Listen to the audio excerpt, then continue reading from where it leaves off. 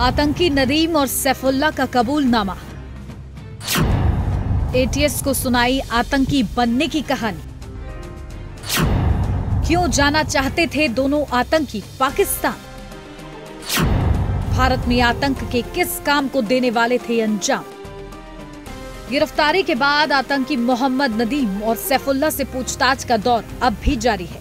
पूछताछ के दौरान दोनों आतंकियों के पाकिस्तान कनेक्शन और आतंकी संगठन जैश ए मोहम्मद से जुड़े होने की बात कबूली, लेकिन इसके बाद जो खुलासे हुए वो और अधिक चौंकाने वाले थे। दरअसल 12 अगस्त को सहारनपुर में एटीएस के हत्थे चढ़ा आतंकी मोहम्मद नदीम पाकिस्तान में जैश ए मोहम्मद के अलावा तहरीक ए तालिबान से भी जुड़ा हुआ था। नदीम भारत में फिदायीन हमला करने की फिराक में था और उसे नुपुर शर्मा को मारने का काम मिला था। Mohammad Nadeem WhatsApp, Telegram, IMO, Facebook Messenger आदि के जरिए अपने पाकिस्तानी आकाओं के संपर्क में रहता था। मोहम्मद नदीम की निशानदेही पर 14 अगस्त को यूपी एटीएस ने कानपुर से आतंकी हबीबुल इस्लाम उर्फ सैफुल्लाह को भी गिरफ्तार कर लिया। सैफुल्लाह वर्चुअल आईडी बनाने में माहिर है। सैफुल्लाह को जैश के पाकिस्तानी हैंडलर के कहने पर जिहादी ट्रेनिंग लेने पाकिस्तान जाने वाला था। सैफुल्लाह के कब्जे से एटीएस ने एक मोबाइल फोन, एक सिम और एक चाकू बरामद किया है। सैफुल्लाह चाकू से लोन वुल्फ अटैक करने में माहिर था।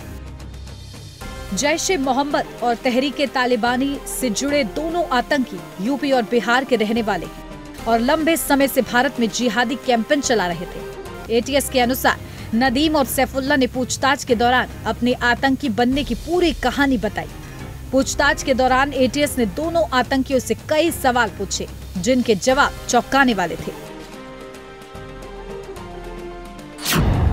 एटीएस का पहला सवाल, जिसमें उन्होंने जैश ए मोहम्मद के बारे में पूछा, जिस पर आतंकियों ने जवाब दिया है कि हरकत उल मुजाहिदीन नाम भूले तो नहीं है आप लोग, हम सब वही हैं, अगर याद ना हो तो याद कर लीजिएगा।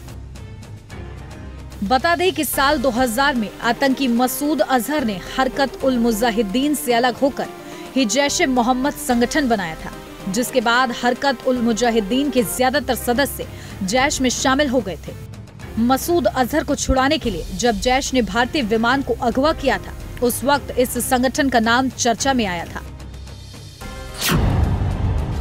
एटीएस ने आतंकियों से दूसरा सवाल किया कि तुम लोग एक दूसरे के संपर्क में कैसे रहते थे। आतंकी सैफुल्लाह ने जवाब दिया, जब हमें कोई जरूरी बात करनी होती है तो हम एक व्हाट्सएप संदेश और जैश ए मोहम्मद की झंडे की तस्वीर भेज देते हैं, तब उधर से हमसे संपर्क हो जाता है। एटीएस ने फिर पूछा, तुम लोग जैश ए मोहम्मद के संपर्क में कैसे आए? जवाब में आतंकियों ने बताया। नदीम ने कहा कि काफिरों को खत्म करने के लिए हमको अल्लाह ने ये रास्ता दिखाया है। सैफुल्लाह ने बताया कि पहले वो खुद्दाम उल इस्लाम से अल रहमत ट्रस्ट से जुड़ा और फिर ट्रस्ट के माध्यम से जैश से जुड़ा। एटीएस ने आगे पूछा कि तुम लोग जैश ए मोहम्मद के लिए कैसे काम करते थे, जिसका जवाब देते हुए आतंकियों ने बताया कि अभी हमारी ट्रेनिंग बाकी थी, ट्रेनिंग के बाद हमें बड़ा काम मिलता। अभी वे केवल मदरसों के लड़कों से मिलकर उनको काफिरों के खिलाफ लड़ने के लिए तैयार कर रहे थे। हम जिहादी सेना तैयार कर रहे थे, पाकिस्तान जाने वाले थे, लेकिन उससे पहले उन्हें पकड़ लिया गया। आतंकियों के जवाब सुनकर एटीएस भी चौंक गई, क्योंकि लंबे समय से दोनों मदरसे में अपने जिहादी कैंपेन चला रहे थे, लेकिन किसी को इसकी भनक तक नहीं थी। हालांकि एटीएस ने पूछताछ जारी रखी। एटीएस ने आतंकियों से पूछा, जांच एजेंसियों के रडार पर न आने के लिए क्या करते थे?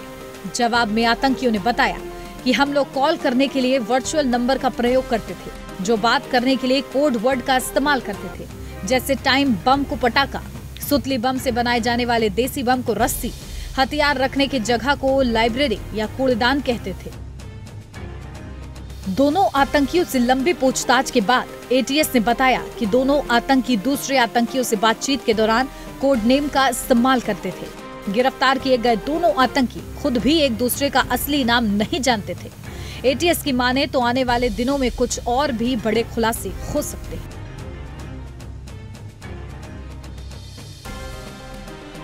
दिल्ली एनसीआर की ताज़ा तरीन खबरों के लिए देखते रहिए एनसीआर टाइम, क्योंकि हर खबर है खास।